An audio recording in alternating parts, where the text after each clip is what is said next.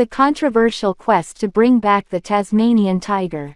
Nearly a century after it was wiped out, this unique animal has become a prized symbol of Australia, and a target for de-extinction.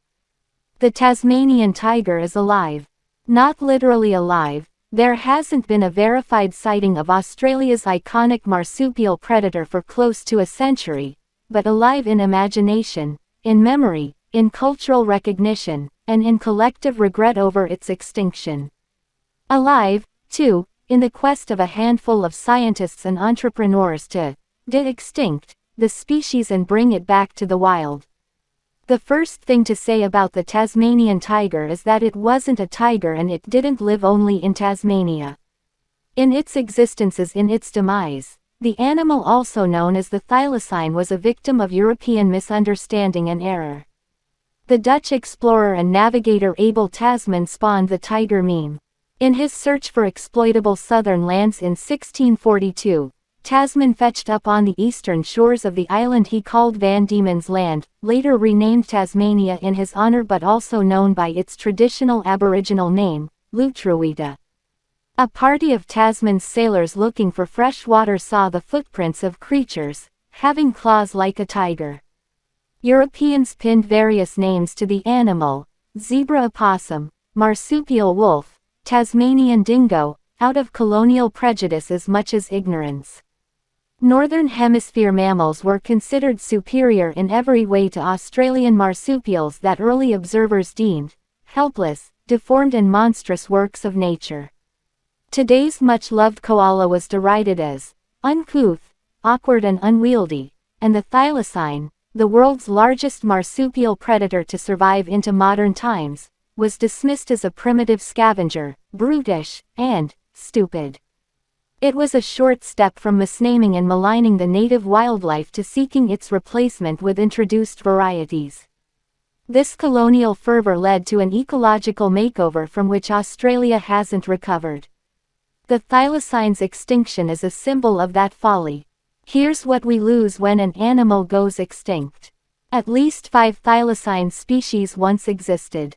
The last to survive was the so-called modern thylacine, which at one time inhabited the entire Australian continent as well as the island of New Guinea. About 3,000 years ago this species disappeared from the Australian mainland. No one is sure why, but a changing climate and competition with the recently introduced dingo are the likely causes.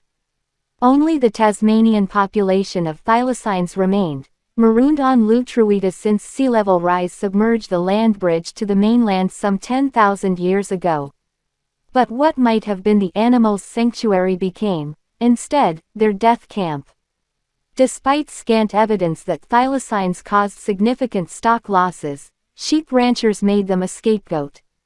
The native tiger was demonized as a blood-drinking sheep killer, and in 1888 a bounty was approved. Over the next 2 decades thousands of thylacines were trapped, shot, and poisoned by shepherds and hunters. The bounty program succeeded. By the early 1900s, thylacines were so scarce that payouts dwindled and then ceased. Calls for the animal's protection came too late. In 1986, with no confirmed sightings in the wild for 56 years, the thylacine officially was declared extinct. Many rejected that verdict. At one time it was estimated that 1 in 3 Tasmanians had a true tiger sighting story. But as the decades pass, and a more than $1 million reward offered in 2005 for conclusive evidence of the thylacine's existence goes unclaimed, the species' extinction becomes ever more certain, and ever more regretted. Australian Museum Chief Scientist Chris Helgen, a mammalogist and National Geographic explorer, has examined thylacine specimens in most museums that have them. He has measured some 500 thylacine skulls, and speaks of the animal with a mixture of reverence and awe. "It blows me away how big they were," he told me. This animal was one of the dominant predators in continental Australia for most of its lifespan as a species. Even more impressive than the thylacine's role as an apex carnivore is where the species sits in the evolutionary pantheon. The thylacine was the last member of its own family, Helgen said. That's profound when you think about a mammalian family. Bears are a family, giraffes are a family, horses are a family, dolphins are a family. Within Australia there's only a handful of these families: kangaroos, sugar gliders, ringtail possums, all the other marsupial carnivores. The thylacine wasn't part of any of these groups. It was deeply unique, extremely ancient, and played out its entire history on this continent. In what's thought to be the last killing of a wild thylacine, a hunter shot one dead and photographed it in 1930 in rural northwest Tasmania. 6 years later, the last captive thylacine died in a Hobart zoo. Just 2 months prior to that animal's death, Tasmania's government had finally seen fit to declare the thylacine a protected species, or as thylacine researcher Robert Paddle put it, the species was totally protected for the last 59 days of its existence. Even as the thylacine declined in number, it gained in cultural importance. In 1917, the thylacine was chosen as the dominant emblem on Tasmania's coat of arms. A pair of the tawny animals support a shield displaying Tasmania's prime exports: hops, apples, and, ironically, sheep, the thylacine's supposed prey. Now its likeness is seen widely, on beer labels, on buses, as the mascot of the Tasmanian cricket team, and as the face of Australia's National Threatened Species Day. The tiger has gone from pest to pedestal. The thylacine is Tasmania, writes David Owen, an author based in Hobart. To that extent alone, it lives on. It lives in memory. Could it live again in reality? The idea of resurrecting the thylacine surfaced in the late 1990s. The ambitiously named Lazarus Project aimed to clone the animal using DNA from preserved museum specimens. It was halted when available genetic material from which to replicate the animal proved too degraded and fragmentary. New tools developed since then would allow precise gene splicing to recreate a thylacine genome from multiple sources, so De-extinction is back on the table.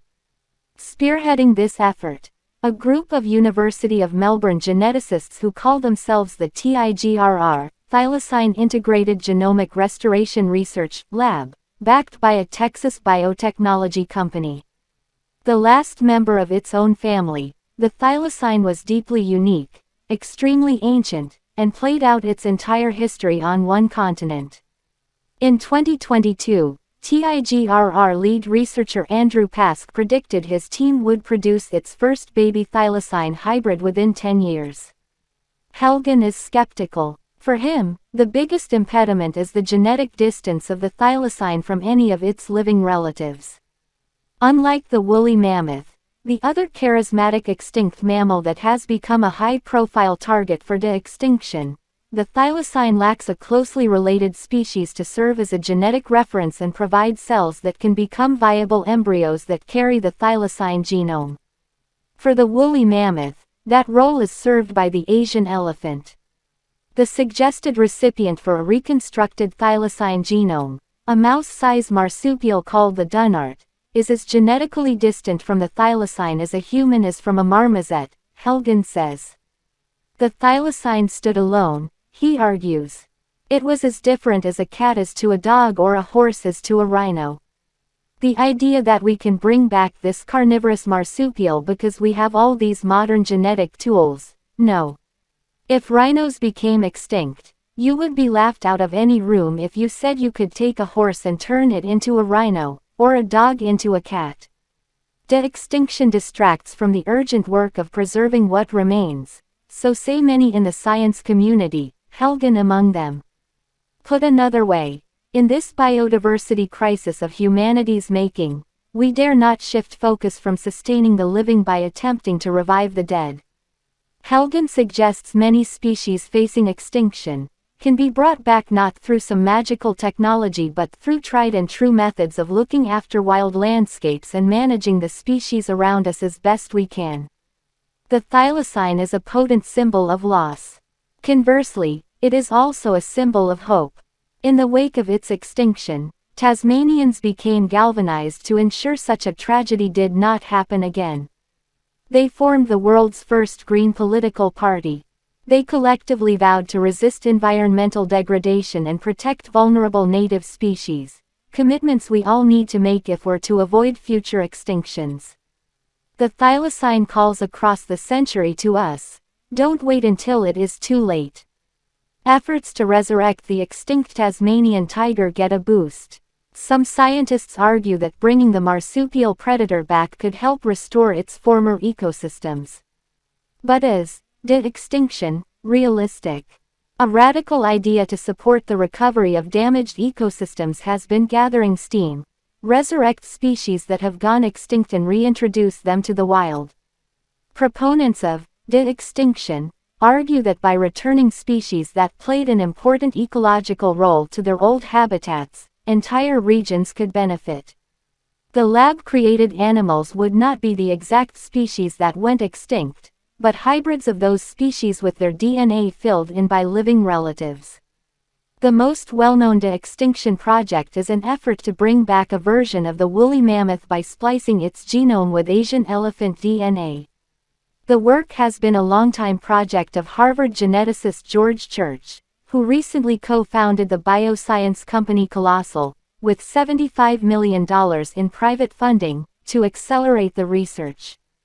Today Colonial announced that it has partnered with a group of researchers at the University of Melbourne to work on the de-extinction of another animal, the thylacine, also known as the Tasmanian tiger. This Australian marsupial predator went extinct less than a century ago. We've been working on thylacine de-extinction for about 10 years in my lab, but by partnering with Colonial, they have this incredible wealth of knowledge, this incredible amount of technology that they can bring to the table with the work that we've been doing, says Andrew Pask, head of the Thylacine Restoration Lab at the University of Melbourne. The scientists behind the project believe that bringing the creature back would restore ecological balance to the island of Tasmania by reintroducing a top predator that kept other animals in check. The work could also help develop technology, such as genetic engineering tools and artificial wombs, that could support other conservation work. But skeptics argue that the genetic engineering challenges that have thwarted previous attempts to bring back the thylacine still present significant barriers, and that de-extinction work could distract from other conservation efforts to help the animals facing extinction now. The ethics of bringing back an extinct creature are also hotly debated. I don't see any difficulty in slotting the thylacine back into modern ecosystems. There's a space still waiting for the thylacine, says Chris Johnson, an ecologist at the University of Tasmania who studies extinction. But we've been through this before. Thylacine de-extinction has been a topic in Australia for at least 20 years, and it's gone nowhere. A lost Australian predator, the thylacine Thylacinus cynocephalus, was a marsupial, carrying its young in a pouch just like a kangaroo. Thylacinus comes from the Greek word thulakos meaning pouch, but it looked more like a slim dog with a stiff, thick tail. The animal was nicknamed the Tasmanian tiger for its characteristic striped lower back. It roamed the earth for millions of years, likely since the early Pleistocene epoch, ranging across much of Australia and New Guinea. Semi-nocturnal and mostly solitary, thylacine was likely an ambush predator, hunting small to medium-sized prey at night. Sometime in the last few thousand years, however, the animal disappeared from New Guinea and the Australian mainland, likely due to human hunting and competition with the dingo, which was brought to Australia from Asia some 4,000 years ago. For hundreds of years, the animal clung to the island of Tasmania as its final refuge. The last known of its kind, a thylacine named Benjamin, died in September 1936 at the Beaumaris Zoo in Hobart, Tasmania, just 2 months after its species was granted protected status. Several people have since claimed thylacine sightings, and some researchers have argued the animal could have survived longer than thought. No confirmed sightings have occurred since 1936, however, and the species was declared extinct by the International Union for Conservation of Nature in 1982. Today Tasmania's ecosystems are threatened due to the disappearance of its tiger. The loss of an apex predator has left an overabundance of small macropods, a family of marsupials such as red-necked wallabies and Tasmanian pademelons. These animals have damaged local vegetation through overgrazing, creating ecological instability and threatening other herbivores. Bringing the thylacine back could, in theory, help keep these smaller animals in check. Apex predators also help curb the spread of disease among their prey, such as devil facial tumor disease, a transmissible cancer currently spreading among Tasmanian devils. But resurrecting a species from extinction presents major scientific challenges.